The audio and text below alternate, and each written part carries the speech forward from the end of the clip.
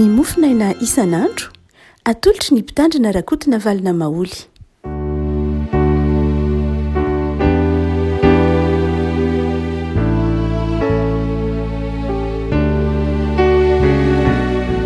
Falymerabantsika rehefa koa malala tratra dia somafahenina amby roapolo ny volana prility ny mofinaina voalahatra ao antsika dia ny lioka toko fahavita ambin'ny folo. Lioka toko fahavita ambin'ny folo andiny faharoa amby roapolo ka hatramin'ny ny fahadimy amby roapolo. Lioka toko fahavita ambin'ny folo andiny faharoa amby roapolo ka hatramin'ny fahadimy amby roapolo fakitsika amin'ny anaran'i Jesosy. Ary hoy Jesosy tamin'ny mpianatra: ho avy ny andro hanirianareo ahita ny anankiray amin'ny andro ny zanak'olona nefa tsy ahita ianareo. Ary ny olona ilaza aminareo hoe indro ery na indro ety, nefa aza mandeha ianareo na manaraka azy. Fa tahaka ny elatra manelatra hatramin'ny faravodilanitra ka mahazava hatramin'ny farany tany koa, dia ho toy izany ny zanak'olona amin'ny androny. Fa tsy maintsy mijaly mafy izy ka ho lavin'ity taranaka ity. Masino manamasinana ny fahamarinana ny teninao ny fahamarinana. Amen. Fanontaniana napetraky ny fariseo tamin'i Jesosy no valian'i Jesosy ato amin'ity lioka toko fahavita ambin'ny folo ny andiny faharoa amby roapolo marimarina koa ny andiny faharoapolo ka hatramin'ny andiny fahadimy amby roapolo. Fanontaniana fariseo metra-panontaniana amin'i Jesosy amin'ny hoe ahoana ny havian'ny fanjakan'Andriamanitra? Ahoana no hamantarana ny fiaviany? Raha miseho izy ahoana no fisehoany? Dia namaly Jesosy nanao hoe tsy misehoseho ange ny fiavian'ny fanjakan'Andriamanitra. Ary ny olona tsy hanao hoe indro aty na indro ery, fa ny fanjakan'Andriamanitra dia ao anatinareo. Rehavako fanontaniana izay tsara fipetraka amina ho an'olona izay materialista tahaka ny fariseo. Nahoana dia materialista ny fariseo, izany hoe miorina amin'ny zavatra hita maso, ny finoany te hitady famantarana hita maso, te hitady famantarana azo tsapahitanana momba ny fanjakan'Andriamanitra. Mihevitra izy fa azo tsapahitanana, azo raisina ary ho hita miariary izany fanjakan'Andriamanitra izany, tahaka ny fanjakan'olombelona. Hoe rehefa tonga ny fanjakan'Andriamanitra dia tahaka ny fanjakan'olombelona, tonga amin'ny kery, tonga amin'ny voninahitra, tonga amin'ny mirentirenty, tonga amin'ny fisehosehoana. Dia izay ny fanjakan'Andriamanitra nandrasa ny fariseo. Dia hoy Jesosy tsy izany angely izy, tsy izany angely ny fanjakan'Andriamanitra. Ary dia vaovao izay tsy nahafinaritra ny fariseo izany valiteny izany, satria ny fariseo niandry zavatra mihezinezina mba hanoerana ny fihezinezena ny fanjakan'ny Romanina, dia niandry fanjakan'Andriamanitra mihezinezina koa izy. Dia hoy Jesosy tsy izany ny fanjakan'Andriamanitra. Nahoana no tsindrian'i Jesosy mihitsy ilay hoe tsy misehoseho, tsy hita, tsy azo tsapahitanana, tsy hita hoe ariana irina tahaka izany. Satria raha ohatra ka misehoseho ny fanjakan'Andriamanitra dia toy ny heverin'ny olombelona fa fanana ny fanjakan'Andriamanitra. Tsy misehoseho izy Jesosy ka tsy azonareo atao fananana ho anareo. Tsy azonareo atao tsy azon'olombitsy bodona, tsy azon'olon-tokana bodona, satria raha tahaka ny zavatra hita maso dia irin'ny olona ho fananana tahaka ny arena tahaka izany. Dia tsy izay ny fanjakan'Andriamanitra. Fanjakan'Andriamanitra tsy zavatra tahaka ny hoe bodon'olon-tokana na bodon'olo maro na bodon'olom-bitsy, satria tsy zavatra izy, tsy zavatra azo tsapahitanana izy, tsy hoe tsisy izy, fa tsy nataon'Andriamanitra ho hita maso mba tsy hahatonga antsika eritreritra ny fanjakan'Andriamanitra tahaka ny fanjakan'olombelona. Mazava ho azy, be voninahitra ny fanjakan'Andriamanitra, tsy mandahy izany isika. Testamenta Loraimon Antolo dia manazava an'izany. Fa izao tsy tian'ny tompo iorina amin'ny zavatra hita maso ny finoantsika. Eo ambony kely eo dia mitantara ny nanadiovan'i Jesosy ireo boka 10. Ary rehefa nosotranin'i Jesosy ireo boka 10 ireo dia ny anankiray tamin'ireo ihany no niverina nisaotran'i Jesosy. Ny 9 izany dia tsy nisy na nisaotran'i Jesosy. Dia manazava aorian'io dia manazava ny fanjakan'Andriamanitra Jesosy. Izany hoe tsy ny fahitanan-javatra mihitsy akory no mampiorina atsika amin'ny fahatokina ny fanjakan'Andriamanitra. Ireo zao misy boka 10 samy sitrana fa ny anankiray ihany no verina ny saotra n'Andriamanitra. Ny anankiray ihany na tsiaro fakasitrahana ny fanjakan'Andriamanitra. Dika zany tsy ny fahitana hita maso akory no mampiorina atsika ao amin'ny fanjakan'Andriamanitra fa amin'ny alalan'ny finoana. Rehafako am'izao ohatra antsika zao de be no hitatsika karazam-pivavahana mitonona ho Andriamanitra mihitsy ary fotoana sasany ny olona sasany mitory-teny. Sasany de miteny mihitsy manao hoe aty aminay ihany misy Andriamanitra, aty aminay misy fahagagana, aty aminay misy boka sitrana, misy mandringa sitrana, misy olona tsy manam-bola tonga de manam-bola, misy olona very asa tonga de mahazo asa. Tsy hoe tsy manao an'izany akory Andriamanitra, mazava ho azy. Tsy hoe tsy hainy Andriamanitra atao zany. Andriamanitra tsy miova maly sy anio ary mandrakizay. Andriamanitra Mosesy ihany Andriamanitra tsika. No zany raha rehefa sarahan'Andriamanitra ny ranomasina tamin'ny andro Mosesy de azon'Andriamanitra sarahana koa izy amin'izao antsika izao mazava ho azy. Fa tsy manao zany Andriamanitra. Sanatria tsy hoe niova izy, na sanatria tsy hoe tsy mahay izy. Fa zay tiany ny tompo takaritsika de zao tsy amin'ny alalan'ny fahitana akory no antony ivavahantsika. Tsy amin'ny alalan'ny filanjavatra hita maso. Ary betsaka antsika tao no mezakazaka mitady famantarana. Betsaka ny mitory fahagagana, betsaka ny mitory zavatra hita maso mba hanarahana ny fanjakan'Andriamanitra de hoy Jesosy tsy zay no izy. Diso nareo. Raha maheno an'izany de zao aza mandeha akory ary. Aza makany akory. Ina dikany aza makany? Aza mandeha any fa ny fanjakan'Andriamanitra dia tsy zavatra miorina amina azo tsapahitanana akory. Raha mitady zavatra ianareo de zao tsy mitady ny fanjakan'Andriamanitra ianareo zany fa mitady zavatra. Raha mitady vola ianareo tsy ny fanjakan'Andriamanitra zany tadiavinareo fa ny vola. Ary rehefa ny vola tadiavinareo de tsy hitanareo ny fanjakan'Andriamanitra. Raha mitady fahagagana ianareo de ny fahagagana zany ny tadiavinareo fa tsy ny fanjakan'Andriamanitra. Raha ohatra ka mitady ny fahagagana ianareo de tsy hahita ny fanjakan'Andriamanitra. Ary izay toetrany izay tian'ny tompo takaritsika manao hoe ny fanjakan'Andriamanitra tsy zavatra tadiavina tahaka ny fitadiavana zavatra hita maso. Fa ahoana raha hoy Jesosy? Zavatra anankiroa. De izy manao hoe io fanjakan'Andriamanitra io voalohany indrindra de zao ao anatinareo izy io. Ao anatintsika le fanjakan'Andriamanitra. Fanjakan'Andriamanitra zany tsy zavatra ivelan'ny tenantsika, tsy zavatra tadiavintsika ary sy aro. Fa ao anatintsika le fanjakan'Andriamanitra. Le fanjakan'Andriamanitra zany tsy hoe ho avy ihany. Le fahatongavan'i Jesosy itsara izao tontolo izao, zay fanjakan'Andriamanitra ho avy. Fa le fanjakan'Andriamanitra zay nampanantenain'ny tompo iainantsika de le fiadana sy faliana de efa ankehitriny zany. Ankehitriny zany fandraisantsika ny fanjakan'Andriamanitra zany. Ary zay ny vaovao mahafaly.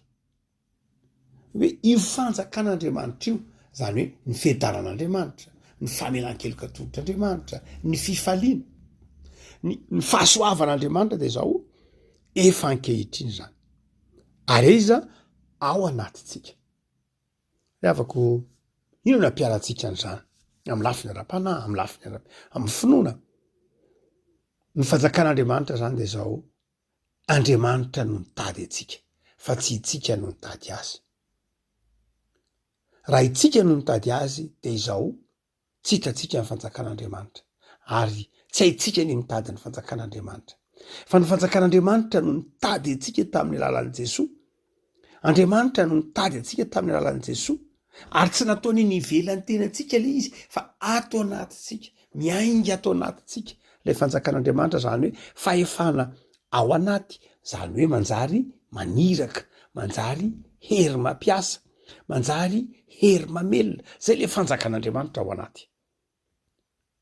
Afako mampahery atsika zany toritenin'i Jesosy zany ny amin'ny fanjakan'Andriamanitra. Tsy mitotototo atseroa, tsy mivezivezy atseroa, fa mahazo antoka hoe ato anatiko ve ny fanjakanao Jesosy. Ato anatiko ve ny fanjakan'Andriamanitra Jesosy. Ny valiny ao anatinao ny fanjakan'Andriamanitra hoy Paoly, raha tsy olona ny lavina ka ianao. Ary satria ianao tsy olona ny lavina, satria ianao nino, satria ianao nanaky an'i Jesosy tompo sy mpamonjy, de ao anatinao ny fanjakan'Andriamanitra. ary rehefa ao anatintsika ny fanjakan'Andriamanitra de zao miala ny tahotra, miala ny tebiteby, miala ny fisalasalana, mandositra ny fahakiviana, resy ny fahafatesana, faly amin'ny fanompona, faly amin'ny mpiarabelona, faly amin'ny fiainana isan'andro, mahay misaotra amin'ny zavatra rehetra. Zany no entin'le fanjakan'Andriamanitra ao anatin'ny olona. Zany rehetra zany ny tsy nanana ny fariseo. Fa nanana ny mpanompon'Andriamanitra tahaka atsika, satria tsika fa nino ny famelan-keloka natolotr'Andriamanitra tamin'ny alalan'i Jesosy dia ankehitriny le fanjakan'Andriamanitra ato anatintsika.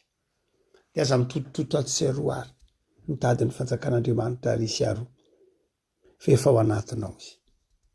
Tsy ianao no mitady azy, izy no mitondra anao, ny fanjakan'Andriamanitra no mitondra anao.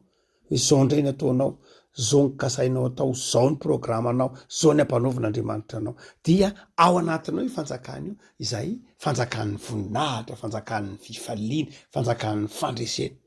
De Paoly manazava amin'io amin'ny Romanina manao noho zany de zao manoatra noho ny mpandresy isika, satria Andriamanitra manjaka atao anatintsika. Itsika zany tsy hoe tepolo ny fanamasina ihany, fa lapan'Andriamanitra mihitsy, lapan'Andriamanitra ny fiainantsika. Ary satria lapan'Andriamanitra de karakarain'Andriamanitra, tahian'Andriamanitra, arovan'Andriamanitra. Fa ny faharova vao mahafara sy eo an' Jesosy ihany momba ny fanjakan'Andriamanitra ity de zao mahenika ny olona rehetra izy. Mazava ny teny manao hoe tahaka ny elatra manelatra hatramin'ny faravodilanitra ka mahazavatra ny farany tany. Zany hoe ny fanjakan'Andriamanitra zany dia manerana izao rehetra izao. Tsy misy za manao hoe ny fanjakan'Andriamanitra any Espaina ihany na fanjakan'Andriamanitra any Italia any na fanjakan'Andriamanitra any Itosy any, ny fanjakan'Andriamanitra any Analakely ihany, ny fanjakan'Andriamanitra any Frantsa ihany, ny fanjakan'Andriamanitra eto Antananarivo ihany na Dakar ihany, fa ny fanjakan'Andriamanitra dia eto am'izao tontolo izao ny fanjakan'Andriamanitra.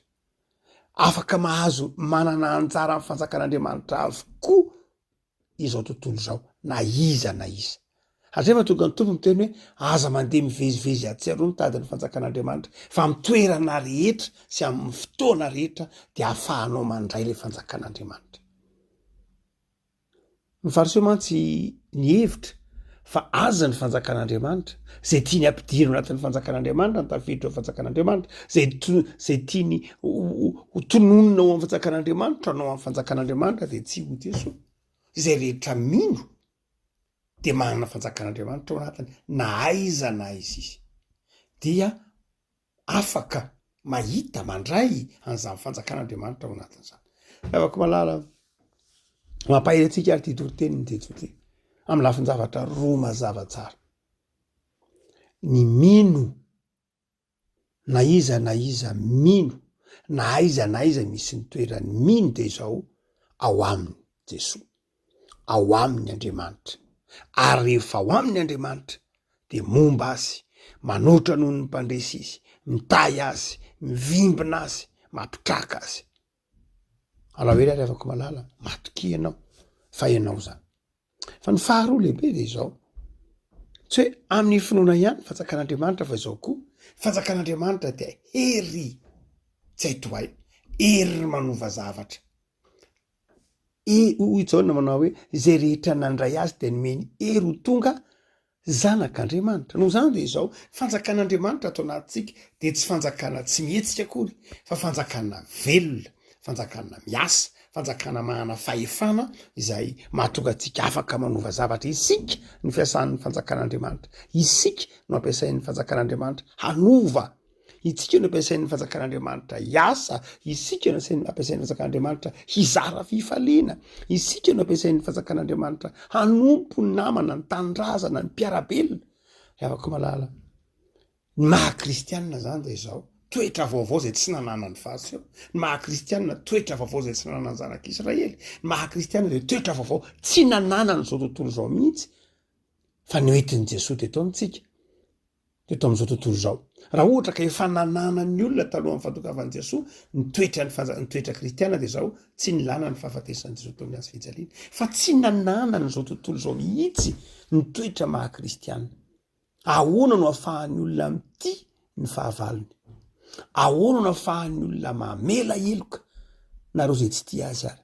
ahoana no ahafahan'ny olona miasa ao anatin'ny fanenjehana, ahoana no ahafahan'ny olona manome mandrakariva na de ao anatin'ny tsy fananana azy satria mahatoky an'Andriamanitra izy. Ahoana no hanekenao an'izany hoe raha misy mamelaka ny takolaka ao ankavia omeo azy koa ny ankavanana.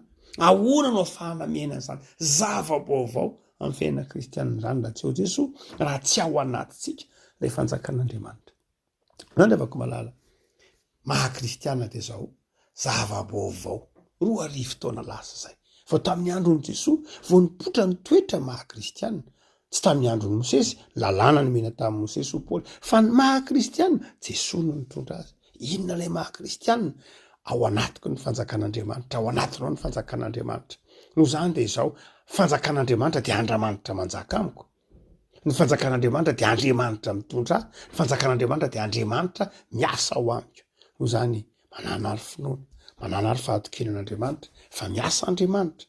Ny hoe fanjakan'Andriamanitra de Andriamanitra manaiky hiasa, manaiky aniraka anao, manaiky hitay anao. Matoky aza fa ny fanjakan'Andriamanitra de efa ankehitriny ary hoy Jesosy manao hoe ao anatinareo ny fanjakan'Andriamanitra. Ivavakitsika. Tompo, soranao zay no ny amin'ny soatra masina zay manazava aminay. Mampahery anay fa ny fanjakanao dia ankehitriny ary ato anatinay. Azavenao ny tady famantarana izahay.